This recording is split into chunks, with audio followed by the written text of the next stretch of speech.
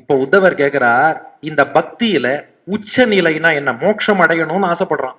அந்த மோட்சம் அடைவதற்கு முன்பு அந்த பக்தி யோகத்துல ஒருத்தன் சித்தி பெற்றிருப்பான் அல்லவா, அவன் எப்படி உன்னை தியானிப்பான்? அப்ப கிருஷ்ணன் சொல்றான், அந்த பக்தி யோகத்துல ஒருத்தன் முழுமை பெற்றால் என் திருமேனியோடு அப்படியே அந்த தியானத்துல அவனை நேரே பார்ப்பது போன்ற அனுபவத்தை அவனுக்கு தருவேன். அவன் தியானம் பண்ணான்னா மூக்கு நுனிக்கு நேர கட்டை விரல் அளவுல பகவானை நேரே பார்ப்பது போன்ற அனுபவம் கிடைக்குமா? எப்படி தியானம் பண்ணுவான்?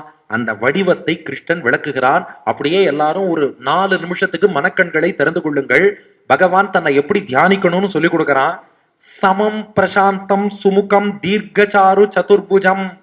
அற்புதமான அழகான திருமேனி, 4 திருக்கரங்கள், நன்றாக நீண்டு இருக்கக்கூடிய 4 திருக்கரங்கள். சுச்சாரு சுந்தர கிரீவம் சுகபோலம் சுச்சிஸ்மிதம். அழகான கழுத்து, அழகான கன்னங்கள், அப்படியே மெல்லிய புன்னகையோடு நம்மளை பார்த்து சிரித்தபடி, நம்ம பார்த்த சாரதி பெருமாள் உற்சவர் அப்படியே மனசுல வச்சுக்கோங்க, சிரித்தபடி பெருமாள் அழகிய கன்னம் அழகிய கழுத்தோடு காட்சி தரார். சமான கர்ண வின்யஸ்த ஸ்புரன் மகர குண்டலம். 2 காதிலும் பார்த்தால் சமமாக இருக்கக்கூடிய மீன் வடிவிலான மகர குண்டலங்களை அணிந்திருக்கிறார். ஹேமாம்பரம் கனஷ்யாமம் ஸ்ரீவத்ச ஸ்ரீ நிகேதனம். இடுப்புல பொன் வண்ணத்தில் மஞ்சள் பட்டாடை பீதாம்பரம் அணிந்திருக்கிறார். அவர் திருமேனி வண்ணம் பார்த்தா நீலமேகம் போல் கருத்திருக்கிறார். திருமார்பல ஸ்ரீவத்சம்ங்கிற மரு, அதிலே பிராட்டி மகாலட்சுமி சேவை சாதிக்கிறாள். அப்புறம் அவர் 4 கைகளை பார்க்கிறோம்.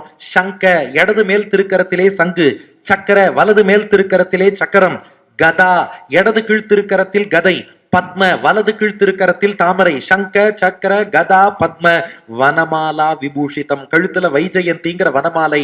சங்கு சக்கரம் கதை தாமரை வனமாலை இவற்றால் தன்னை அலங்கரித்து கொண்டிருக்கிறான். வார்த்தை பாருங்க, சங்கு சக்கரம் எல்லாம் அவருக்கு ஆயுதம் கிடையாது, ஆபரணம். அதை ஒரு பிடிச்சுட்டு இருக்கும் போதே எவ்வளவு அழகா இருக்கு, அதனால ஆபரணமாக ஸ்டைலா பிடிச்சுட்டு இருக்கார். நூப்புரைர் விலசத்பாதம் கௌஸ்துப பிரபயாயுதம். அவர் திருவடியில பார்த்தா நூப்புரம் அணிஞ்சுட்டு இருக்கார். நூப்புரம்னா சிலம்பு, ஆங்க்லெட். அந்த நூப்புரம் திருவடியில பிரகாசிக்கிறது. கழுத்துல கௌஸ்துவ மணி அணிந்திருக்கிறார். தியுமத்கிரீட்ட கட்டக கட்டி சூத்திராங்கதாயுதம். தலையில கிரீடம், தோளிலே தோள்வளை, கையிலே கைவளை, இடுப்பிலே ஒட்டியானம், அத்தனையும் அணிந்திருக்கிறார். சர்வாங்க சுந்தரம் ஹிருத்யம் பிரசாத சுமுகேக்ஷணம். திருமேனியின் ஒவ்வொரு அங்கமும் அழகா இருக்கு, ஒவ்வொரு அங்கமும் அவ்வளவு சுந்தரமா இருக்கு. அத்தோடு முகத்துல பார்த்தா கருணையும் புன்னகையும் ததும்பி உங்களுக்கு அனுகிரகம் பண்ண போறேன்னு அருள் புரிய துடித்து கொண்டிருக்கும் திருக்கோலத்தில் அவன் காட்சி தருகிறான். சுகுமாரம் அபித்யாயேத் சர்வாங்கேஷு மனோததத். இப்படிப்பட்ட எம்பெருமானே, மெல்லிய திருமேனி, இளமையோடு கூடிய திருமேனியா.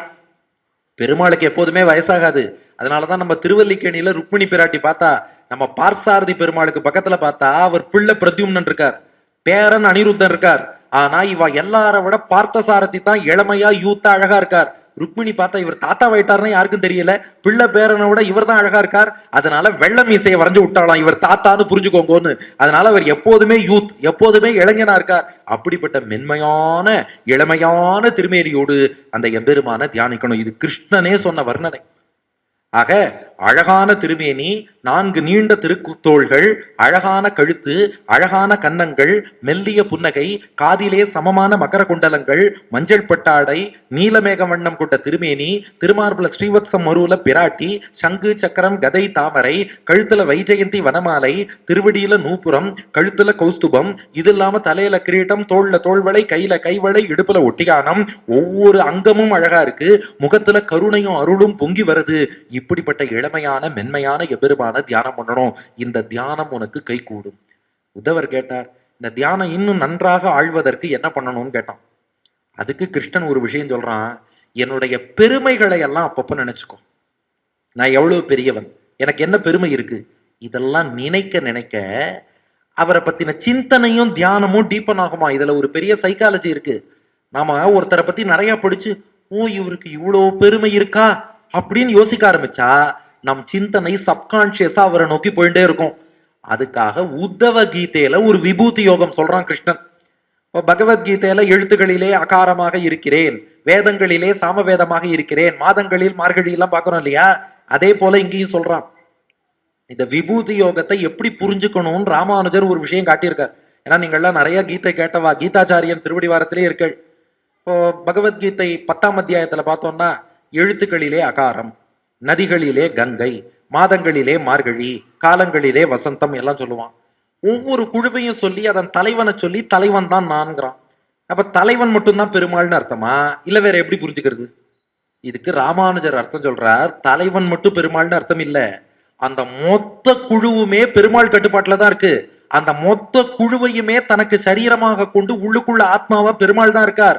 அந்த மொத்த குழுவுக்குமே பெருமையும் சக்தியும் பெருமாள் தான் கொடுத்திருக்கார். ஆனா அவர் அப்படி சொல்லலையே. ருத்ரர்களில் சங்கரனாக இருக்கிறேன், சேனாபதிகளில் ஸ்கந்தனாக இருக்கிறேன், வில் ஏந்தியவர்களில் ராமனாக இருக்கிறேன், பாண்டவர்களில் அர்ஜுனன்னு சொல்றாரேன்னா அப்படி இல்ல. அந்த குழுல இருக்க எல்லாருக்குள்ளயும் பெருமாள் தான் இருக்கார். ஆனா எல்லாருக்குள்ளயும் பெருமாள் இருக்காருங்கிறத எக்ஸ்பிளிசிட்டா எங்க பார்க்கலாம்னா, நீ தலைவன் இடத்துல பார்க்கலாம். அந்த தலைவனுக்கு இவ்வளவு பெருமை இருக்கும் இல்லையோ, அவருக்கே பெருமை கொடுத்தவர் பெருமாள்னா கீழே இருக்கிற டிக்கெட்டுக்கெல்லாம் பெருமை கொடுத்தவரும் பெருமாள்னு புரிஞ்சுக்கோ.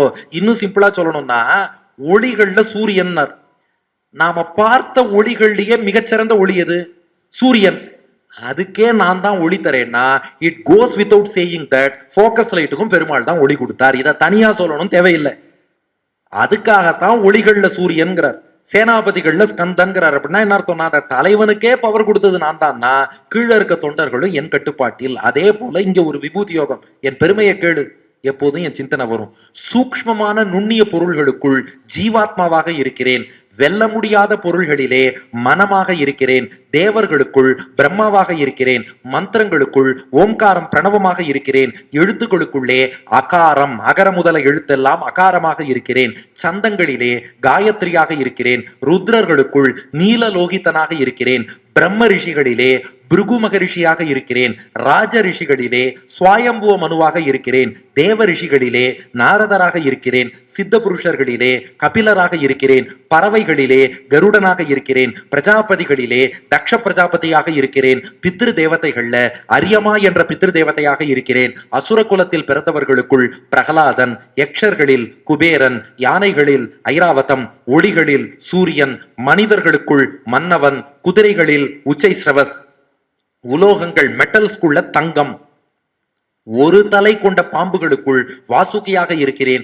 பல தலை கொண்ட பாம்புகளுக்குள் ஆதிசேஷனாக இருக்கிறேன், தீர்த்தங்களிலே கங்கையாக இருக்கிறேன், ஆயுதங்களிலே வில்லாக இருக்கிறேன், மரங்களில் அரச மரம், புரோகிதர்களில் வசிஷ்டர், சேனாபதிகளில் ஸ்கந்தன், யஜ்யங்களிலே பிரம்ம யஜ்யம், புலன்களை வென்றவர்களுக்குள் சனத்குமாரராக இருக்கிறேன், மாசங்கள்ல மார்கசீர்ஷமாக இருக்கிறேன், பக்தர்களுக்குள் உத்தவா நீயாக இருக்கிறேன்னு உத்தவரையே சொல்லி முடிச்சுட்டார். பக்தர்களுக்குள் நீயாக இருக்கிறேன். இப்படி தஸ்மாத் வச்சோ மனப் பிராணான் நியச்சேத் மத்பராயணஹா மத்பக்தி யுக்தயா புத்தியா ததஃப் பரிசமாப்பியதே. இப்படி என்னோட பெருமைகள் எல்லாம் நினைச்சுண்டா பக்தி யோகம் கைகூடும். நீ இதிலேயே என்னுடைய வடிவத்தை தியானித்து கொண்டு அப்படியே சரீரத்தை விட்டால் இந்த உடல் விட்டு இரவி மண்டலத்தூடேகி இவ்வண்டம் கழித்து இடையில் ஆவரணம் ஏழ்போய் அந்தமில் பாழ் கடந்து அழகார் விரசைதனில் குளித்து அங்கு அமானவனால் ஒளிக்கொண்ட சோதியும் பெற்று அமரர் வந்து வாழ்த்தி வழிநடத்த வைகுந்தம் புக்கு மாமணி மண்டபத்து சென்று அடியார் குழாங்கள் அழகோலக்கம் இருக்க ஆனந்தமயமான மாமணி மண்டபத்து படியாதுவில் படுக்கையாகியிருக்கும் அனந்தன் பணாமணிகள் தம்மின் ஒளிமண்டலத்தின் இடையில் வடிவாரும் மாமலரால் வலவருகும் மற்ற மண்மகளும் ஆய்மகளும் இடவருகும் இருக்க நடுவாக வீற்றிருக்கும் நாராயணன் திருவடிகளை நீ அடைய முடியும்னு 8வது படி கொடுத்துட்டான் கிருஷ்ணன்.